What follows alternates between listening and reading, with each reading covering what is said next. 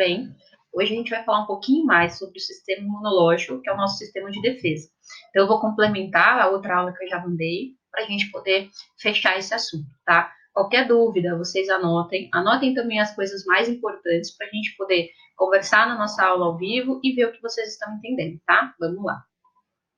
Muito bem, então, sistema imunológico. Eu já falei para vocês na outra aula sobre as células relacionadas ao sistema imunológico. Então, hoje eu vou continuar o assunto, falando sobre os tipos de defesa, sobre as diferenças de antígeno, de anticorpo e assim por diante, tá bom? Então, vamos lá.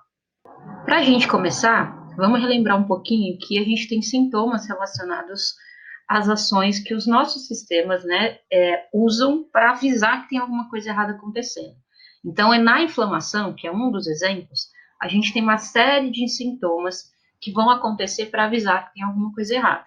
A partir deles, vai começar a ocorrer uma reação em cadeia dentro do nosso organismo, que é isso que a gente vai falar agora. Então, vamos começar a entender um pouquinho a ordem de como as coisas acontecem. A primeira coisa que vai acontecer é a invasão de bactérias ou de vírus ou de micro-organismos de maneira geral na nossa pele. Aqui é o exemplo de uma pele que está sendo furada, cortada e que as bactérias aproveitam para entrar. Depois que isso acontece, toxinas estimulam a superfície dos mastócitos. Mastócitos é a mesma aquela que um macrófago. E aí é o primeiro a entrar em contato com o agente invasor. Ele é o primeiro que vai perceber o que está acontecendo e vai fazer o seguinte, vai liberar substâncias químicas que a gente chama de histamina. Essas histaminas são sinais químicos que vão chegar até as células de defesa específicas para avisar que tipo de organismo que está invadindo o nosso corpo, tá? Elas também auxiliam na vasodilatação, ou seja, elas permitem que os vasos aumentem de tamanho para que as células de defesa consigam passar por eles, tá? E aí, depois que essas células de defesa passam por eles, a gente tem dois processos, que é chamado de apodese e fagocitose. Diapedese é a passagem da célula por esse espaço depois que o nosso vaso, a nossa artéria ou nossa veia ficou dilatada.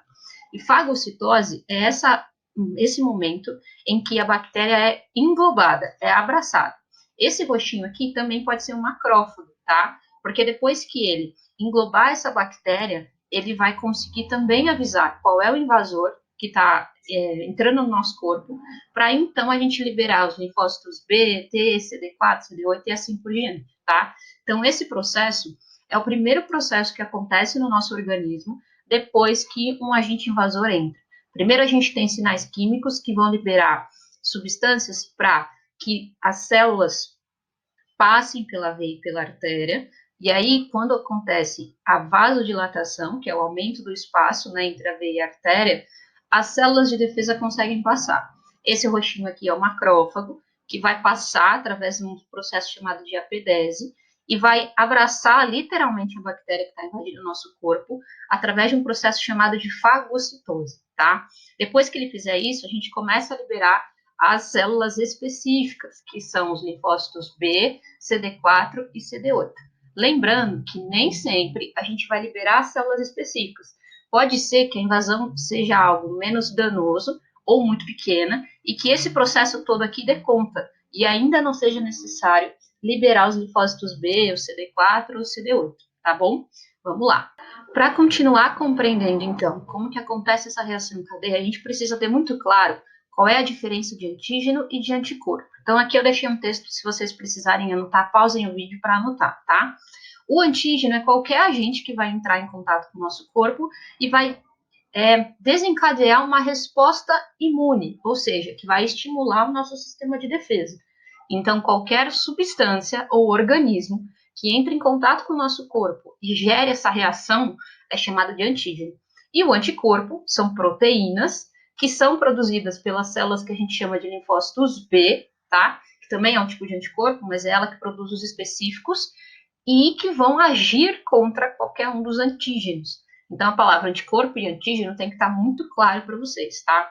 Tem uma outra propriedade que é assim, os nossos anticorpos, eles têm especificidade, que é essa palavra que está em vermelho. Ou seja, como eles aprendem a lidar com diferentes tipos de organismos, eles têm formatos físicos diferentes para poder identificar. É mais ou menos como esse exemplo aqui da chave e do encaixe. Se a chave ela tem um determinado formato e ela se encaixa com esse antígeno aqui, ó, o nosso anticorpo se encaixa com o antígeno, ele sabe que é esse antígeno que ele tem que combater. Então, ele vai identificando, através da estrutura física dos antígenos, quais são os anticorpos que vão ser utilizados naquele processo, tá? Bem, no caso real, os nossos anticorpos, eles têm formato de Y, tá? E o que muda são essas pontas aqui, ó. Podem ver que tem várias cores para mostrar que tem vários formatos.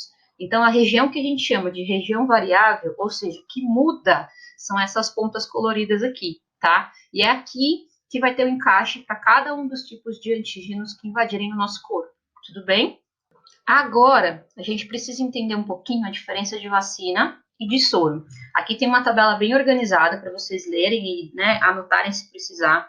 A imunização, que a gente chama de ativa, é realizada pelas vacinas. Por quê? Porque ela vai ativar o nosso sistema imune para que ele sozinho produza os anticorpos, para que ele aprenda a se defender. Então, a vantagem é que é uma defesa duradoura, que vai trazer para a gente memória e que vai fazer com que a gente consiga lidar mais rápido e deixar a gente menos doente. Então, normalmente a vacina, ela é dada como prevenção. Ela vai ser dada antes da pessoa ficar doente. A gente tem uma outra forma de imunização, que é a imunização passiva, que nesse caso são aquelas onde já tem o anticorpo pronto dentro da substância, que nesse caso é o soro, tá? E a ideia é que ele faça a defesa no lugar do seu corpo. Então, como os anticorpos já estão prontos ali, você, né, o seu corpo, não vai aprender absolutamente nada. Quem vai fazer essa defesa é o soro. E o problema é que a gente não aprende a lidar. Então, toda vez que eu ficar doente de novo, infectado de novo e usar o soro, eu tenho que usá-lo sempre, já que ele não faz com que o nosso corpo aprenda a se defender. Tudo bem? Para resumir, então, vamos entender um pouquinho a diferença de soro e de vacina, tá? O soro é utilizado para tratar principalmente envenenamento. Aqui tem a descrição de alguns exemplos. Normalmente, ele é utilizado quando não dá para esperar que o corpo do indivíduo produza anticorpos. A vacina é o contrário. A gente faz a prevenção utilizando vacina e a gente ensina o nosso corpo a produzir os anticorpos. No caso do soro, a gente tem os anticorpos prontos. No caso da vacina, a gente tem os antígenos, ou seja, aqueles que causam a doença e que eles vão estimular a nosso corpo a produzir. Lembrando que os antígenos que tem na vacina não vão deixar a gente doente de verdade, porque na verdade eles estão mortos, não são só fragmentos, mas eles ensinam o nosso corpo a se organizar, beleza? Vamos entender então essa questão do ativo e do passivo na imunização. O ativo é o que estimula o nosso corpo a produzir as substâncias, e o passivo é o que tem o anticorpo pronto para que o nosso organismo não seja ativado. Dentro da imunização ativa, a gente tem a natural, que é quando a gente fica doente, e aí a gente acaba ficando doente e aprendendo a lidar. E a artificial, que é o uso da vacina, tá? Então a gente consegue, através da vacina, ficar doente de mentira, digamos assim, para ensinar o nosso corpo a se defender. Na imunização passiva, de forma natural, a gente tem o leite materno.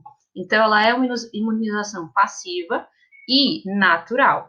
Enquanto que a artificial passiva é o soro que eu comentei agora há pouco. Os dois casos possuem anticorpos prontos para o indivíduo que vai receber. Então, o uso da imunização passiva não faz o corpo da pessoa aprender a se defender, tá bom? Bem, é até aqui que eu vou, né, conversar com vocês um pouquinho. Depois, se vocês tiverem dúvida, vocês me avisem, tá bom? O sistema imunológico é o sistema que a gente mais vai utilizar na nossa avaliação, então não esqueçam de estudá-lo, tá bom? Até a próxima, galera.